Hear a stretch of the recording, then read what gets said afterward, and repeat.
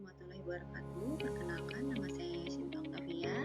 Saya adalah anggota Lansar CPNS angkatan 23, golongan 3, kelompok 2 dengan nomor absen 17.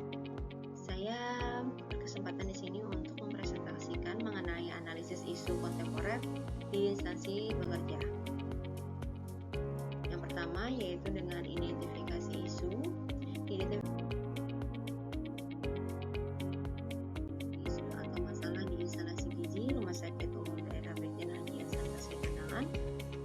Belum mencukupinya tenaga ahli gizi khusus ke ruangan.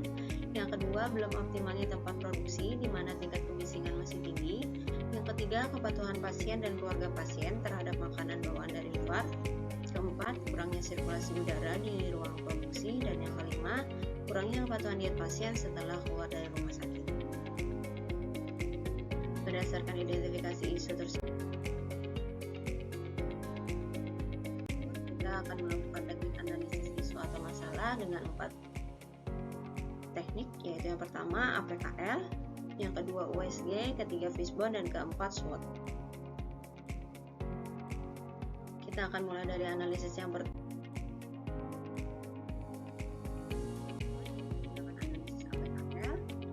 Dari analisis ini kita mengetahui bahwa prioritas utama dengan jumlah poin 19 ada di masalah nomor 5, yaitu kurangnya kepatuhan diet pasien setelah keluar dari rumah sakit. Lalu analisis berikutnya yaitu menggunakan USG, yaitu diketahui juga prioritasnya berada di masalah nomor 5 dengan jumlah poin 15, yaitu kurangnya kepatuhan diet pasien setelah keluar dari rumah sakit.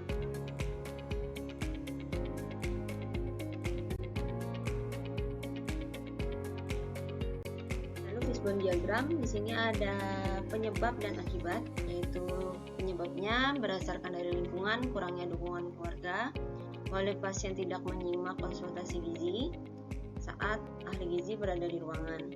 Lalu dari sistem, yaitu hanya dengan media cetak atau leaflet ketika saat proses konsultasi itu berlangsung, yang dimana media cetak ini bisa hilang atau lupa ditaruh sehingga tidak ingat lagi apa pesan-pesan makanan yang dibolehkan dan makanan dihindari oleh pasien.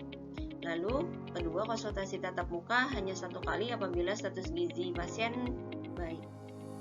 Lalu keterampilan yang didapatkan yang salah itu berdasarkan dari informasi gizi yang masih berdasarkan mitos atau budaya, juga antusiasme rendah ketika ahli gizi berada di ruangan. Lalu suppliers, yaitu kurangnya pengetahuan gizi, juga terbatasnya akses pengetahuan gizi setelah pulang ke rumah, yang mengakibatkan kurangnya kepatuhan diet pasien setelah keluar dari rumah sakit. Berikut adalah analisis SWOT. Kita menggunakan SWOT ini dari kekuatan, kelemahan, peluang, juga ancaman. Nah, di sini berdasarkan kekuatannya yaitu ada jumlah ahli gizi sebanyak 21 orang termasuk jabatan fungsional dan struktural. Lalu kepercayaan terhadap rumah sakit masih tinggi dan adanya bagian teknologi informasi di rumah sakit. Kelemahan yaitu terbatasnya fasilitas seperti komputer dan ruang kerja khususnya di instalasi gizi, waktu yang terbatas walaupun jumlah ahli gizi cukup banyak, akan tetapi terbatas untuk edukasi ke ruangan karena berbagi tugas. Juga yang terakhir, banyaknya ruang rawat inap dan rawat jalan sehingga ada beberapa yang tidak tercover oleh ahli gizi. Lalu kemudian ada peluang, yaitu tingkat melek teknologi semakin tinggi di masyarakat juga cenderung menyukai kemudahan akses. Lalu anggaran rumah sakit dalam memfasilitasi instalasi gizi. Dan kemudian ada ancaman, yaitu kurangnya pengetahuan dan dukungan dari keluarga tentang kepatuhan diet, juga tingkat pendidikan dan status ekonomi yang rendah. Nah, strategi yang diambil ini bisa berdasarkan kekuatan dan peluang, yaitu berkolaborasi dengan bagian teknologi informasi dalam pembuatan aplikasi untuk edukasi secara digital sehingga bisa diakses di mana saja.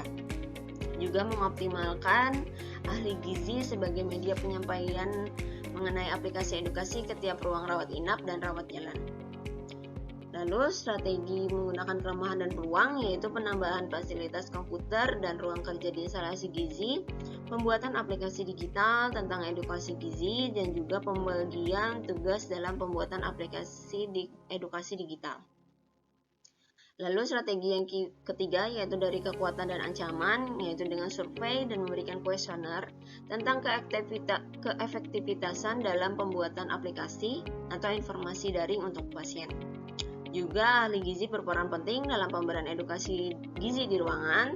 Tidak hanya pasien, pihak keluarga juga perlu mendapatkan edukasi gizi.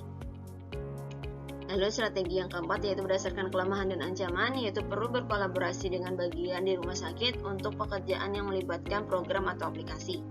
Perlu penambahan ahli gizi khusus untuk ruangan, atau yang ketiga bekerja sama dengan dinas kesehatan dalam edukasi ke masyarakat langsung di lapangan.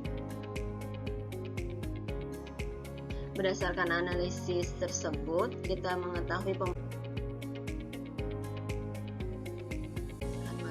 sebagai kesimpulannya yaitu pembuatan aplikasi leaflet digital yang mudah diakses oleh pasien dimanapun dan kapanpun. Lalu juga ada edukasi gizi yang tidak hanya diberikan kepada pasien tapi juga keluarga pasien sebagai pendukung keberhasilan kepatuhan diet pasien. Sekian dan terima kasih. Demikian presentasi dari saya. Wabillahi taufiq wal hidayah. Wassalamualaikum warahmatullahi wabarakatuh.